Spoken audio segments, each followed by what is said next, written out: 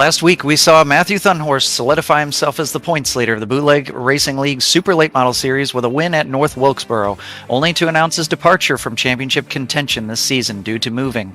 With the dominant number 8 car out, who will step up as the next BRL Super Late Model champion? With 3 drivers separated by just 2 points, it's anyone's guess.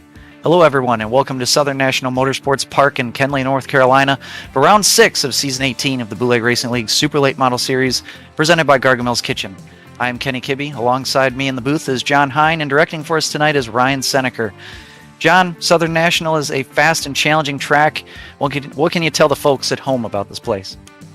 Well, Southern National Motorsports Park is located in North Carolina, Kenly, North Carolina to be precise. We're going to have a nice warm track here tonight. Look for the temperatures in the mid-80s, which means these cars are probably going to lose a little grip as the night goes on. The track will probably get a little hotter, a little greasier, but good news is they got 100 laps to kind of figure out what their car needs to get around here tonight. Indeed they do, John, and we'll take a look at those point standings because things are pretty tight in the championship right now. Coming into round 6 here, 11-week seasons in the Bootleg Racing League. Matt Thunhorst, as I said before, took the points lead with a win last week, but he's not here this week and for the foreseeable future, so he will drop down that points order. You see Austin Belke there, only 1 point back. Right behind him, Justin Morton, J.R. Shepard, and then Donnie Moore, also not out of the fight, a wily veteran in that 26 car as well. And also a few other players down there, Kurt Smith, Michael Goodman, Joe Segala, Joe Snyder, always consistent and constant runners here in BRL. And that's one thing that we always talk about, John, is how competitive the field is here every single week. Yeah, it really is, and there's a host of guys that can win on any given Saturday night here, and we've seen it. We've seen everything from Thunhorst, who has had his share of wins, and same with J.R. Shepard. But on occasion, we see guys like yourself and Austin Belke and a couple of others, that Justin Morton and a few others that find their way to victory lane. So any given week, you never know who's going to be up front, and they always put on a great show. They do for certain. I'd like to take a little bit of time here to thank our sponsor for this series, which is Gargamel's Kitchen. Gargamel's Kitchen is a food-grade nitrous oxide provider located in Denver, Colorado, and a proud sponsor of the Bootleg Racing League. Visit their office at 2045 South Valencia Street or give them a call at 720-707-6178. Last minute of practice going on at the moment, John, and looks like J.R. Shepard, no surprise, he is at the top of the board with a 14.012, but less than half a tenth ahead of Justin Morton, who won this race at this track last season. Yeah, and then the guys behind those two are really bottled up, from about Michael Goodman all the way down through Austin Belke. Less than a tenth separates a handful of drivers. So, but practice pace is different than race pace. So, yeah, it's good to be up there on the board, and it shows that you can get around here maybe unobstructed. But when you're racing through in a pack, things can change, and your car can change too, for that matter. I totally agree. That's something that I personally don't really focus on, is the single lap speed in practice. One car that not that fast in practice, but certainly will be in the race, is Austin Belke. They're about halfway down the grid. But John, we're about ready to get this one started. And here we go with the grid for tonight's event. Michael Goodman will start on pole in the number 28 machine. Donnie Moore will start next to him, multi-time BRL champion. Kurt Smith in third place will start next to Austin Belke in P4. Justin Morton will be in fifth place, and next to him will be J.R. Shepard, always one to watch. Seventh place goes to Joseph Snyder, and eighth place will be Joe Segala next to him. He'll be in that pole spot. We'll talk about that later on tonight. And Bruce Pearson and Todd Liston will round out the top 10, John. Yeah, and then starting 11th is going to be the number 45 of Jason Menda. Next to him will be the number 44 of Jeffrey Harden. And in the final row here tonight will be the number 70 of Ruben Altice. And next to him, the 79 of Adam Shane. A little bit of a short field here tonight, John. Only 14 cars, and for drivers especially that are running the full championship season, if you're starting in the back today, it's kind of an opportunity to see if you can get up into that top 8, because obviously if you finish 8th or better, you'll be able to invert the field for next week. And if you're going to start last, this would be the week to do it. Absolutely. You get a better shot at getting into that top eight. And as a former full-time competitor here, I can't tell you how important it is to make that invert. That's the difference between, having a shot at having a good night and, really having to avoid and use your car up to try to get through the pack to get into an invert. So, yeah, a totally different race that they'll experience next week. Cars make their way down the backstretch here for the final time before the field will be in the control of Michael Goodman. Goodman showed some really good speed and is always improving in that 28 Ford. So here we go. Pace car is off, and we are green here at Southern National Motorsports Park. Down to turn one for the first time in the 28. Michael Goodman is clear all by himself. Donnie Moore singles out into second place. Kurt Smith single into third in the first side-by-side battle here. Oh, as Kurt Smith gets a little bit loose off of turn 4, that's going to leave an opening for Austin Belke, but he's stuck on the high side, and we know how tricky it is to be up there. Yeah, Kurt Smith got loose again coming out of 2 there, so I think Kurt's struggling to find the handle on that car, which is going to probably give Austin a pretty good shot at claiming that 3rd spot here. Yeah, definitely. And Kurt is heating those tires up prematurely. And sometimes when you heat them up this early on, that badly, you really never get the grip back. However, he knows how important track position is. And if he can stay ahead of the 24, it'll not only keep his track position, but it's really going to hurt the 24 because obviously he's hurting those tires as well, just being on that outside line. There's no rubber up there, or not much anyway. It's really tricky around here, and you can't even see him on screen anymore, but Donnie Moore and Michael Goodman are checking out or away from these guys.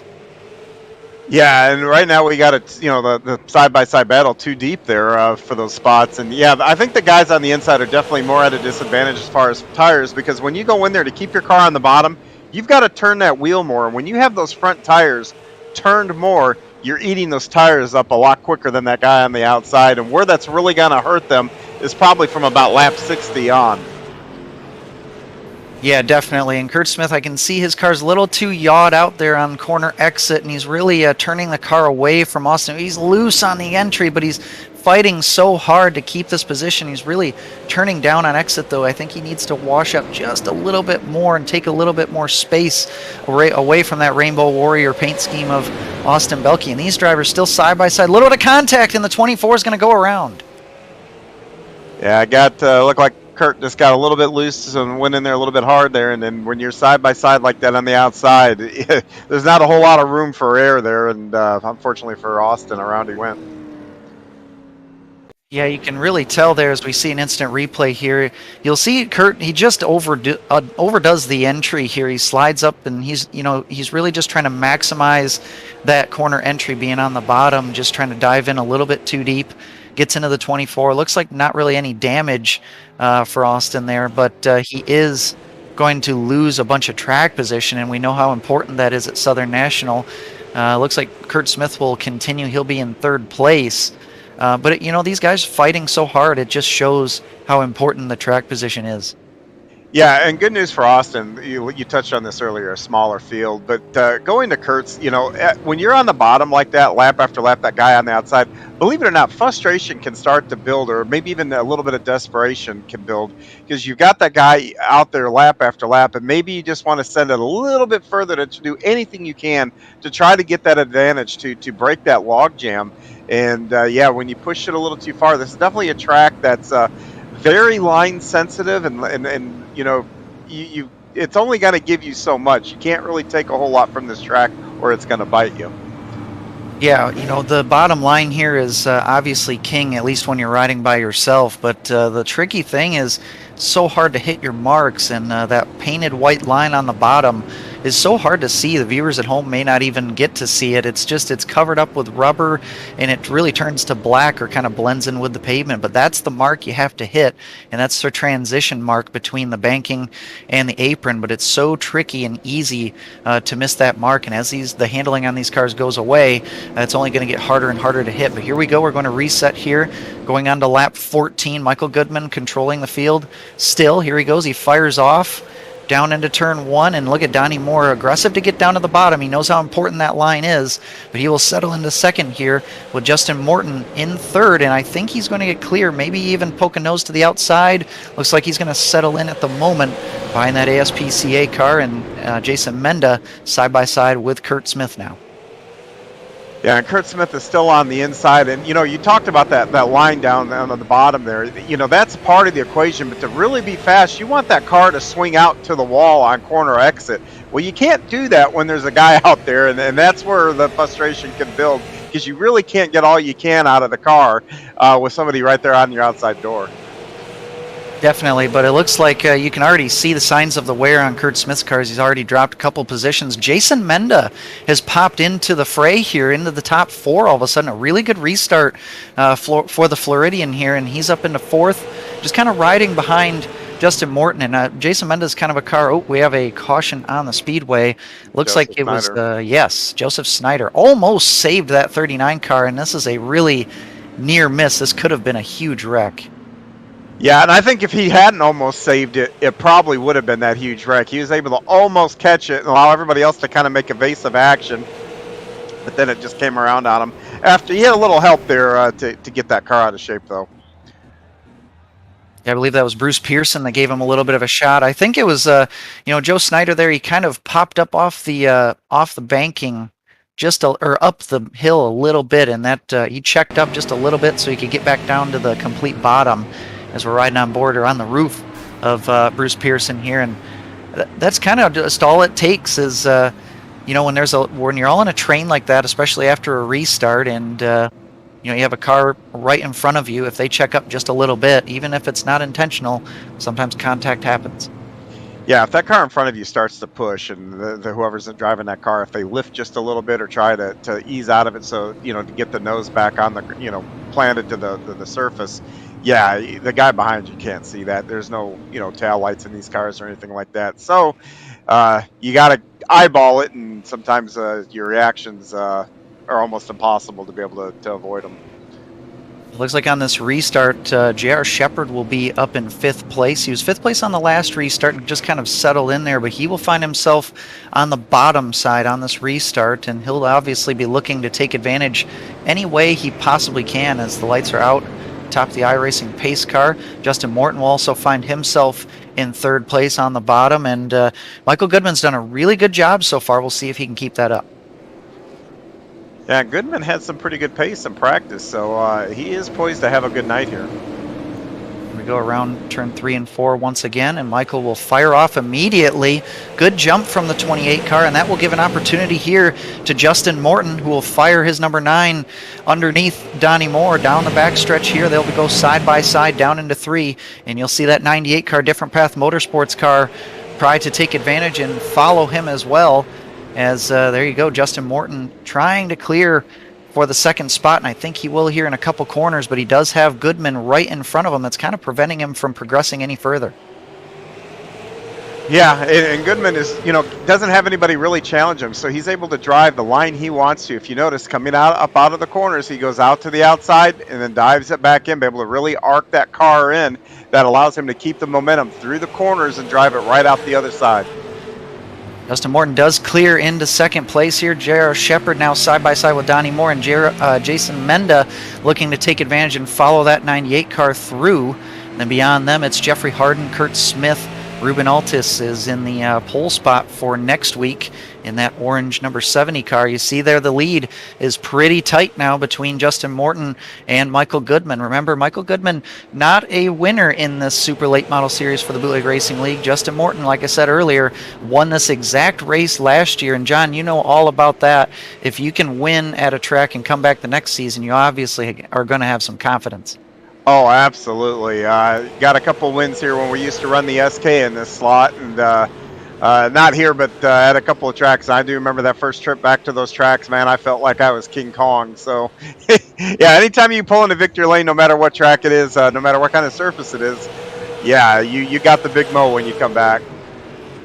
Here we go. There's a side-by-side battle between Jeffrey Harden and Donnie Moore. Donnie losing a few spots here. Jeffrey Harden doing a really nice job in that number 44 machine. Started 12th, up 6 spots, up to P6. So a good job here so far by the California Sim Club driver as he's trying to make that get that position. But the top 4 will scamper away lap after lap the longer that these two are side by side. Yeah, Donnie got kind of hung up on the outside there on that restart, and Jeff has had about the exact opposite. I believe both of the restarts he was on the bottom, so he's able to gain positions with those 2 early cautions, and is really taking advantage of it and trying to break into the top 5 now. For any Austin Belkey fans out there, we talked about him getting spun earlier. He's still P11, so we know that car, that Rainbow Warrior car, has pace. Oh, we have a possible wreck down the backstretch there. That's Donnie Moore and Kurt Smith. Caution comes out here. We only had 1 caution in this event all of last season, all of that whole race. And we already have, what is that, our 3rd caution now? Yeah, it looked like Donnie got a little loose coming out of the corner and just kind of moved a little bit to try to catch it. And Kurt just didn't react there or have enough time to react there to not get into it.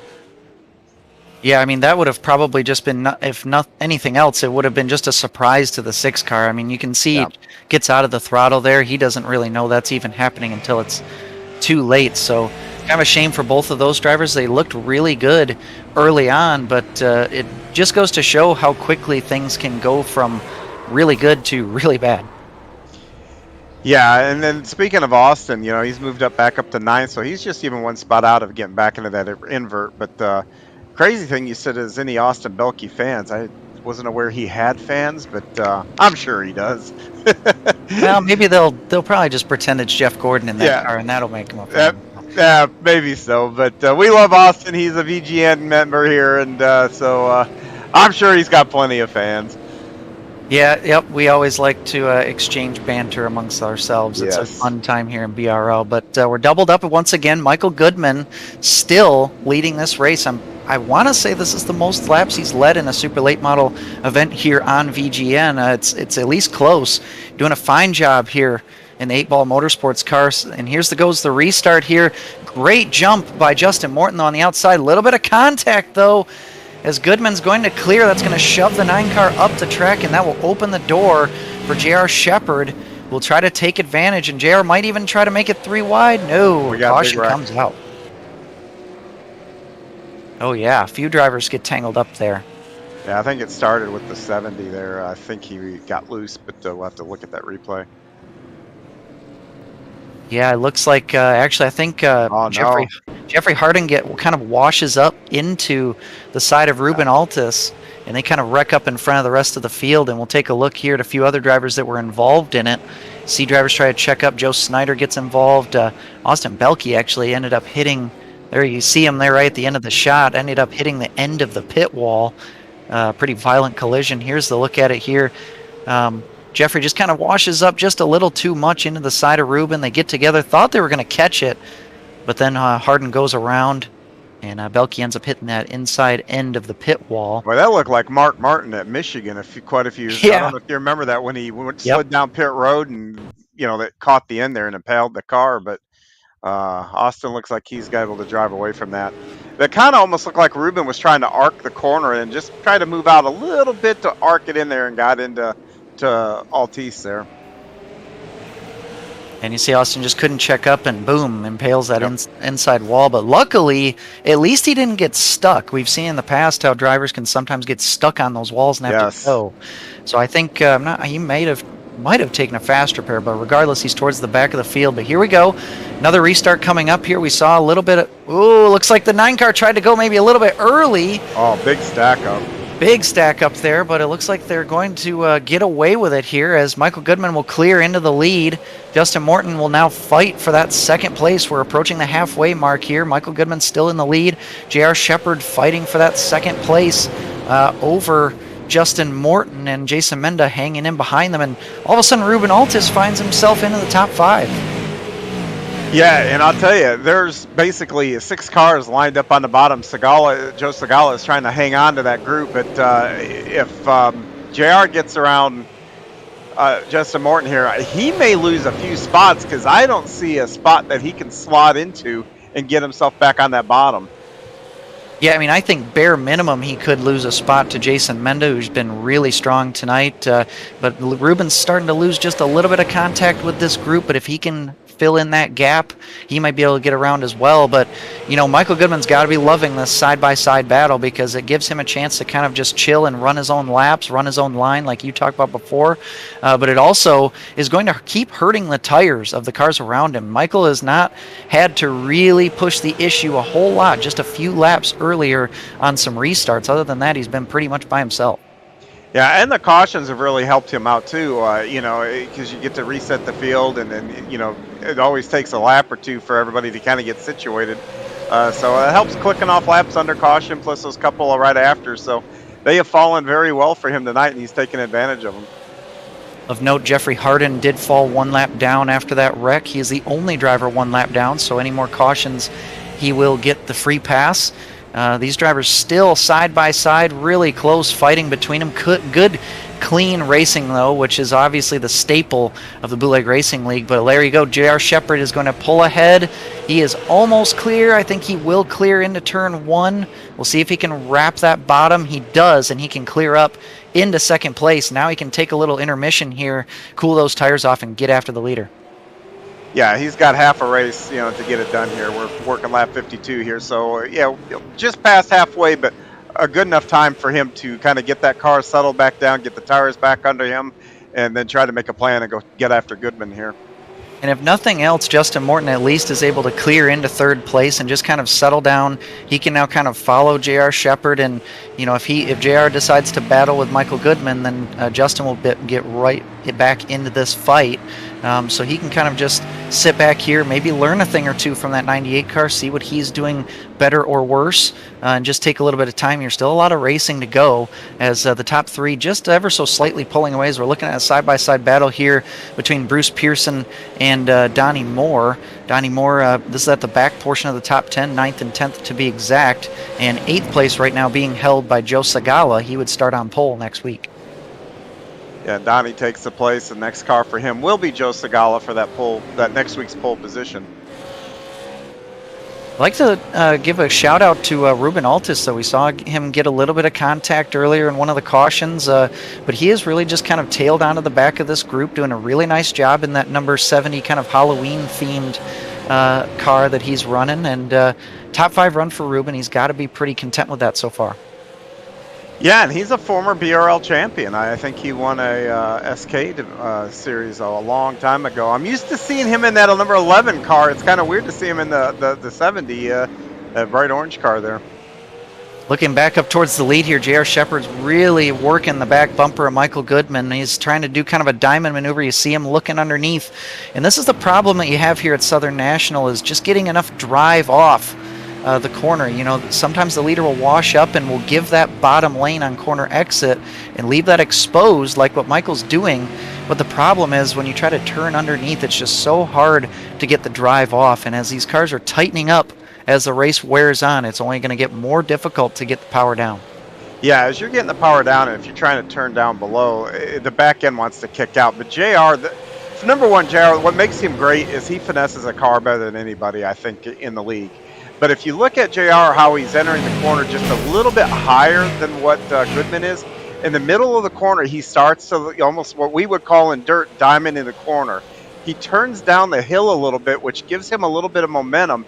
He's just got to get it timed right, and when he does it, you'll see that he'll get his nose to the inside of Goodman there, and that's going to present a real challenge for him. You can see how just close that JR is getting to that seam or that apron transition there on corner exit as well, almost using that transition as kind of helping, kind of a grip strip almost, as trying to kind of get the car to turn or loosen it up just a little bit. Michael's doing a great job, though. He's just kind of staying true to his line. You see J.R. Shepard there trying to get underneath. Michael's obviously driving defensive here. He knows he's probably not going to have exactly the single car pace compared to maybe the 98 or the 9, but he's doing a good job out front, as we do have another caution, and it's for Joseph Snyder.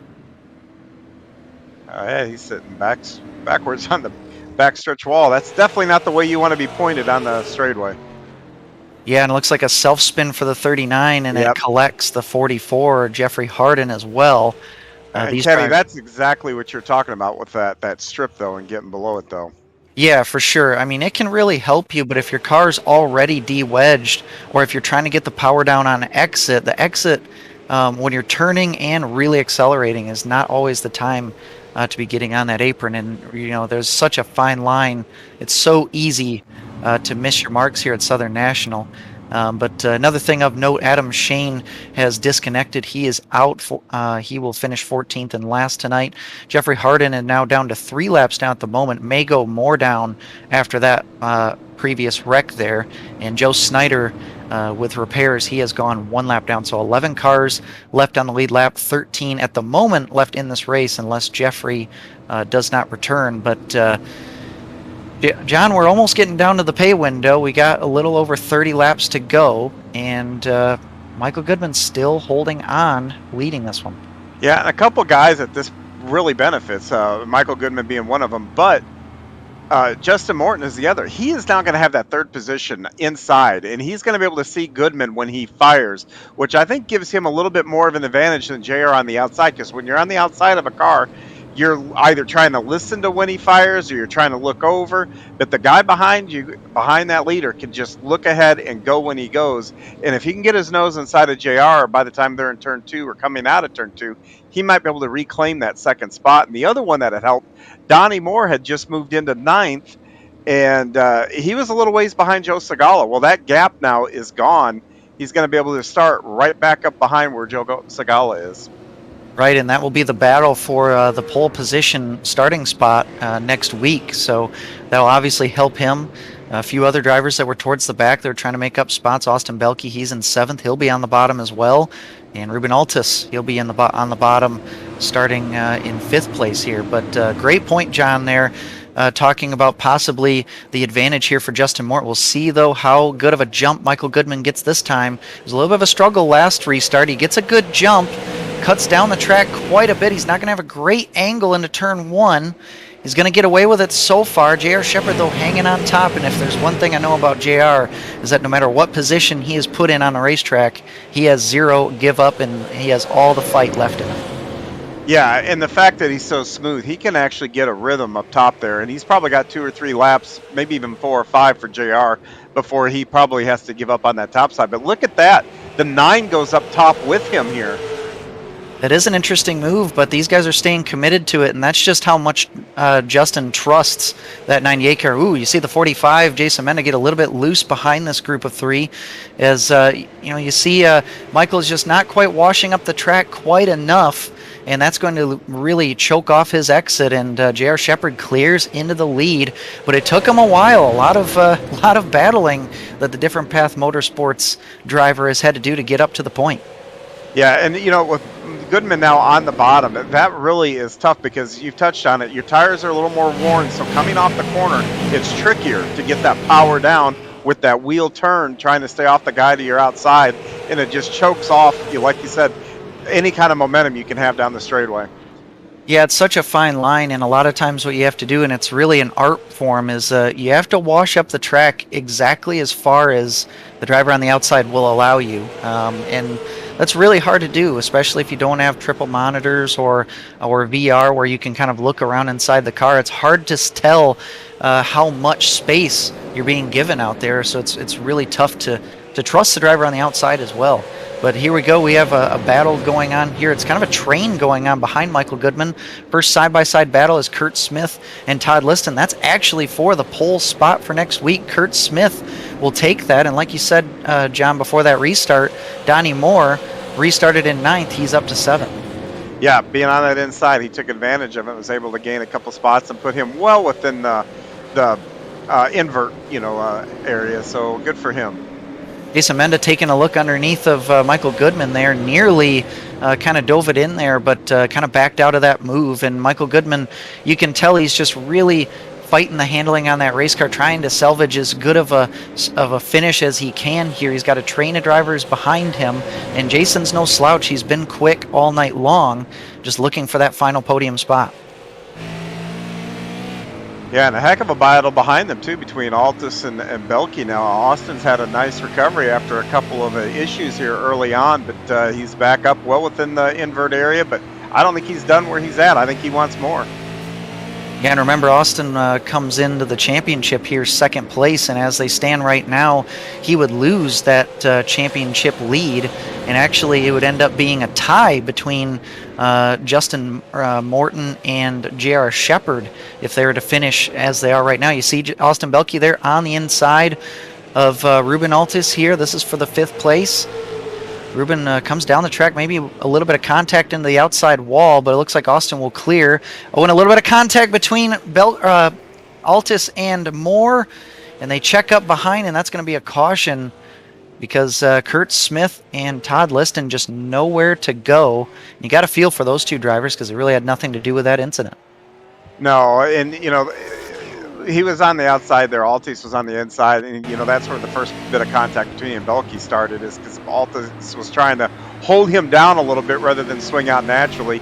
He did the same thing to Donnie coming out of turn 2, but when you got two guys basically going for pretty much close to the same spot on the track, that's what can happen, and that was definitely one of those chain reactions. The 6 and the 87 had nowhere to go. Yeah, and that's kind of what I was talking about with the kind of the art form of washing up the track or using as much space as you're allowed. Is some drivers in some situations will wash up all the way to the outside wall and give you that space, and others won't, and sometimes there's a miscommunication with that, and this is kind of the product of that situation where Donnie probably thought Ruben was going to wash up all the way to the wall, and Ruben decided he didn't want to, and that just led to a coming together there.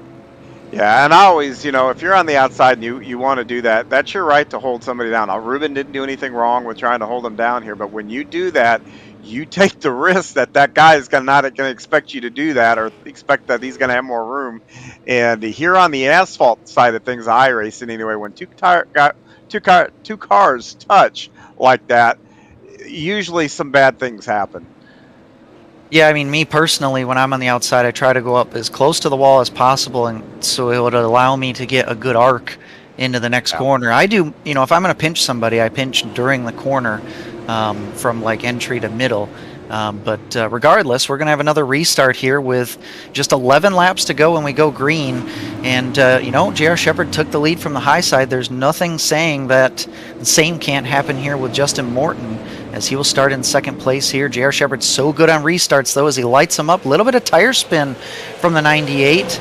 And here we go. This is going to be the best chance that Justin Morton has to maybe grab the lead. He's right on the back bumper of JR. Looks like he's going to have to settle and fall into line here. The first battle will be for third place. Yeah, and also the 5th place there. Those side by side, 2-car battles here. Man, I cannot believe Austin and Donnie have had their troubles tonight, but look at these two come back through the field and now are both battling for a top 5. Yeah, they've done a great job. I mean, they're probably seeing a little bit of red, not having the most fun out there, but they're just trying to salvage what they can. Michael Goodman is really pushing the issue, trying to fight with Jason Menda here. He's pushing up the track a little bit. Jason's trying to pinch him off for all he can here, just trying to grab that spot. And Jason's really good at getting into these corners deep on the brakes, too. So he's trying to clear, and I think he's got the advantage. But with less than 10 laps to go here, it's looking like a 2-horse race up at the front of the field, as Justin Morton trying his best to set up a pass on J.R. Shepard. But it's a really good battle for third on back. It's hard to take our eyes off of it. Yeah, it really is. And he is fighting on that outside, and he's not really giving anything up to Goodman here. When Goodman washes up a little bit, those tires are going to start to get angry for those guys on the inside, and they're really going to have to work to keep those cars down. Well, if we do have a caution, we are past the point of no return here. The race will probably be official if we have a yellow from here on out. So these 4 drivers, 2 by 2, and Ruben Altis trying to join in on this group as well. As we come down to 4 laps to go, J.R. Shepard still clear of Justin Morton. Jason Menda up on the outside wall. Yeah, and Menda up in the outside wall. He will give up a spot to Austin Belke. Menda loose off of turn 2. And we look ahead.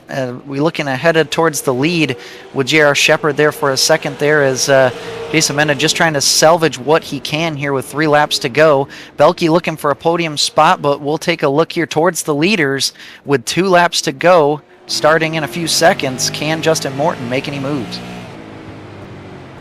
I don't know. Time is running out for him, and waiting for JR to make a mistake. He's going to be waiting a long time here. He's got to figure a way out, and he's got to figure it now. Now Justin's really putting the pressure on here as we get the white flag. J.R. Shepard leading this one, just has to not make any mistakes, can't get loose off of turn 2. He gets a nice straight exit. A little bit yawed out from the 9 car there. We come around turn 3 and 4 for the final time. It's J.R. Shepard who wins the Bootleg Racing League Super Late Model Series at Southern National. And Goodman holds on to that 3rd spot, and Belkey a 4th, and Donnie Moore there's going to round out the top 5. So great recovery for that 24 and 26 cars of Belkey and Moore. Good job by those guys. They probably, without a doubt, passed the most cars tonight.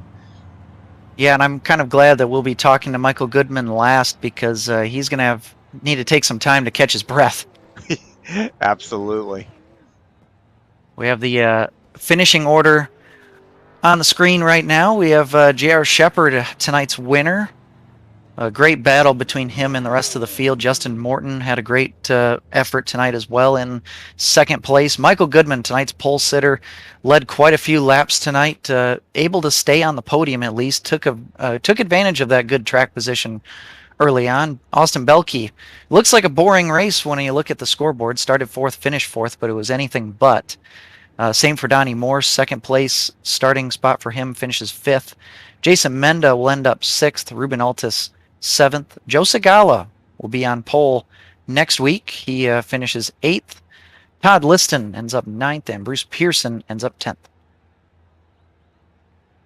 Yeah, and then finishing 11th is Joseph Snyder. And then the last 3 guys all ended up on the trailer tonight. A little bit of attrition, but coming home 12th is going to be Kurt Smith. 13th will be Jeffrey Harden. And rounding out the field tonight is going to be Adam Shane.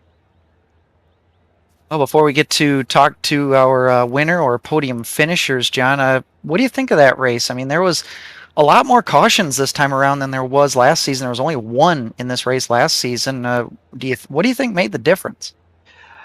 Maybe temperature. I mean, we don't know what the weather was like, wind and conditions like that. I don't know if iRacing's had some updates also. That could also play into it for these guys. So, and, it just, Southern National, at least historically when I've been here and competed, it seems like it is feast or famine on the cautions. I think we've been here and, I think we've run caution free in a race here before.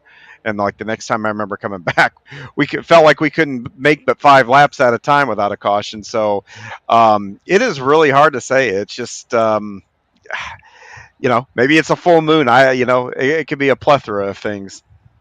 Definitely could. Well, we are going to take a quick break before we interview our top 3 finishers, pay the bills, and we will come back and interview those drivers. We'll be right back. This is the world's premier online racing simulation. iRacing puts you in the driver's seat from your home computer with the most realistic online motorsports experience you'll find anywhere. Race virtually in the world's biggest events with officially licensed series, cars, and tracks. From the high banks of Daytona to the blistering speeds of Indianapolis, the dirt of Eldora to the world's most legendary road courses.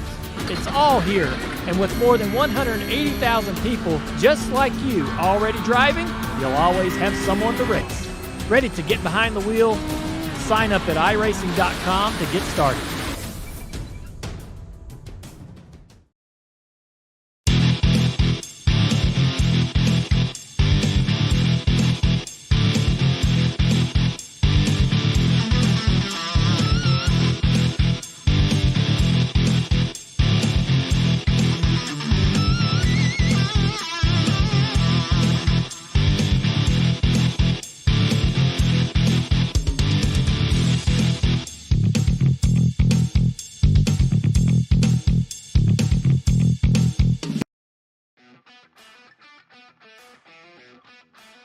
Welcome back to the Bootleg Racing League's Virtual Grip Network broadcast here at Southern National Motorsports Park. We're about to catch up with our big winner tonight, J.R. Shepard. J.R., great win for you tonight, but certainly wasn't easy out there. You started 6th place and took almost 3/4 of the race to get it done. Yeah, for sure. It's this is a tough place to run, and it's it's a place that's really easy to wear out your front tires and your rear tires. It's just really easy to overdrive, whether you're on the bottom or the top. And was trying to conserve a little bit early, especially after getting stuck on the outside for so long. That's not the way you want to warm up your tires in the initial run, and it made me tight in the long run. But yeah, just tried to be really patient and had some things fall our way. And I was talking with John through the broadcast, and we noticed there was a lot more cautions this time around here than there was at this track last year or last season. Did that kind of mess up your rhythm? I know some drivers are really rhythm race car drivers. They want to have long green flag runs and let things play out, but restarts can also help you too. So where was your stance on that? Yeah, initially I was hoping the race would go green flag at the beginning, at least for like a quarter or half of the race, just to fill things out and to not overheat the tires on the initial run. But yeah, it was really tough tonight. The two lanes were very balanced.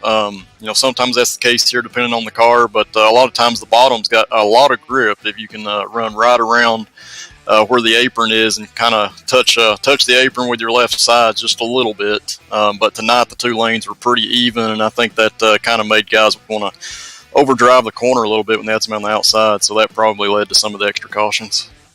Yeah, it was a very impressive pass for the lead there on the outside line, and you and Justin Morton really kind of fed off of each other throughout the race, and you guys, I believe, will go out of this thing tied for the points lead, and pending that you guys both run the entire rest of the schedule.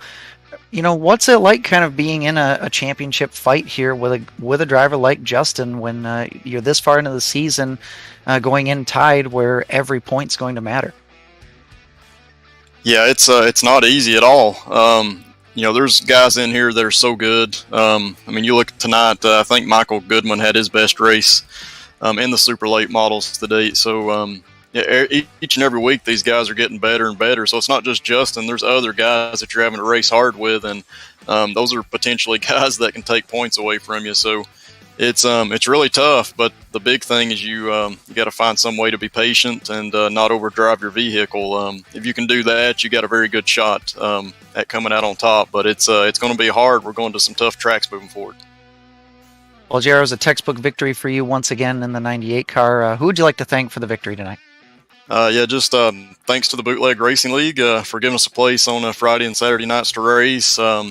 For you guys at the Virtual Grip Network for doing a great job each and every week and hopefully making us look good to everybody. We appreciate that. And, of course, to our title sponsor, Gargamel's Kitchen, for being on board for as long as they have. So appreciate them. And thanks to my team, Different Path Motorsports. And looks like Austin got a top 4 tonight, too. So it's cool having 2 in the top 4. For sure. We'll go enjoy it, JR, and we will see you in the next one. I appreciate it, guys. Thank you. That was J.R. Shepard, tonight's winner, and John Hine has caught up with our second place finisher, Justin Morton. Hey, Justin, this is John. You got a copy?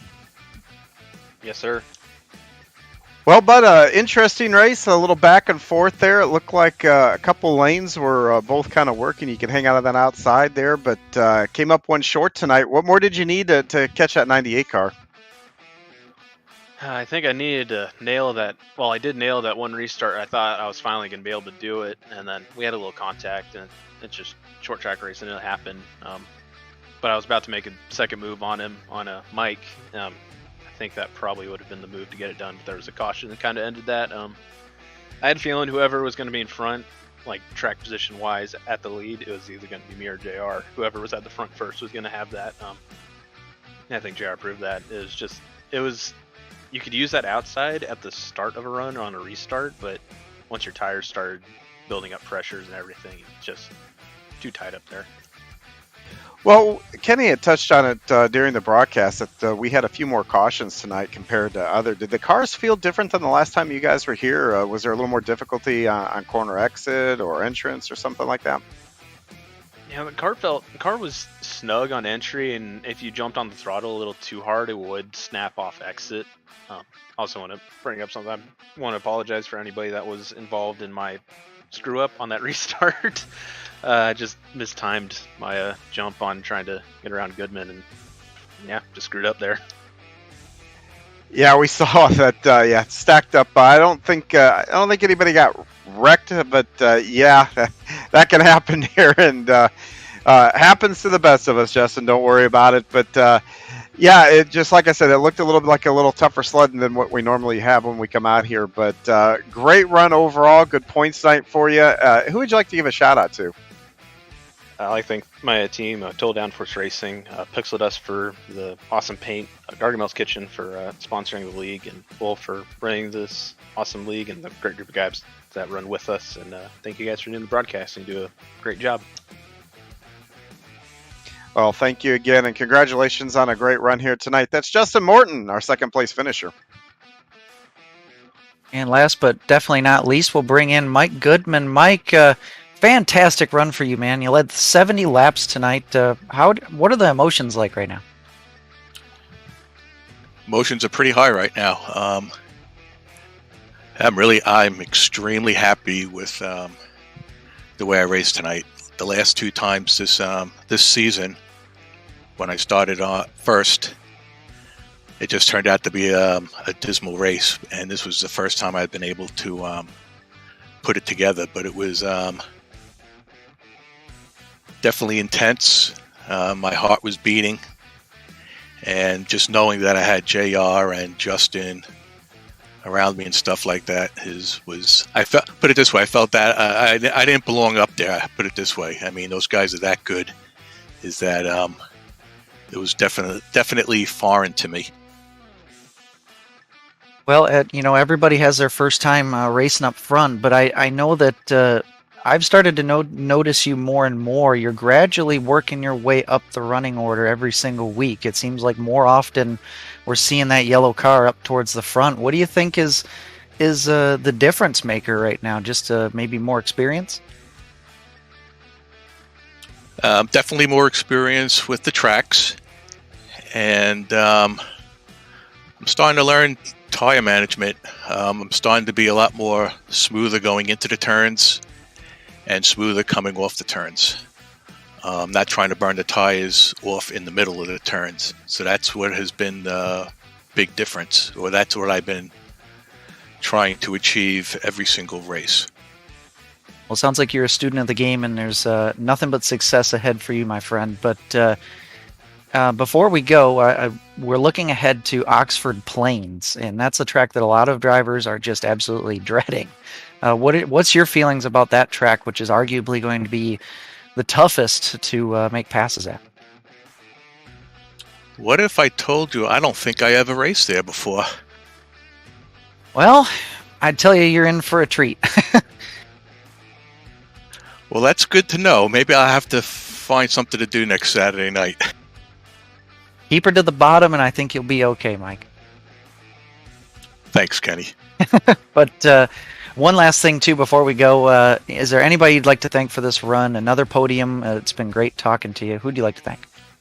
Well, obviously, I want to thank Gargamel Kitchen for coming on board to sponsor the series. I want to thank Low Jewel for giving me the opportunity to race in this league and to race in this particular series. And literally, you know what? I want to thank everybody for having me here. You know, I feel welcome in here. Seems like everyone here is grown up adults and mature and stuff like that. And I just feel at home. Good to hear, Mike. It was great talking to you. We'll see you in the next one. Appreciate it. Thank you. That was Michael Goodman, tonight's third place finisher. And we'd like to thank him, J.R. Shepard, and Justin Morton for taking the time to speak to us. One last time, I want to thank tonight's Gargamel's Kitchen is a food-grade nitrous oxide provider located in Denver, Colorado, and a proud sponsor of the Bootleg Racing League. Visit their office at 2045 South Valencia Street or give them a call at 720-707-6178. The next BRL Super Late Model Series broadcast is going to be Saturday, August 6th from, like I said before, Oxford Plains Speedway, live at 9 p.m. Eastern. And the next VGN broadcast will be August 2nd at 8:50 p.m. Eastern. That will be the PGRL Premier Series live from Indianapolis Motor Speedway Road Course. I'd like to thank John Hine for being my booth mate tonight, along with Ryan Seneker being tonight's production manager / director. I am Kenny Kibbe, your host for tonight. We will all see you all in the next one. Have a good one.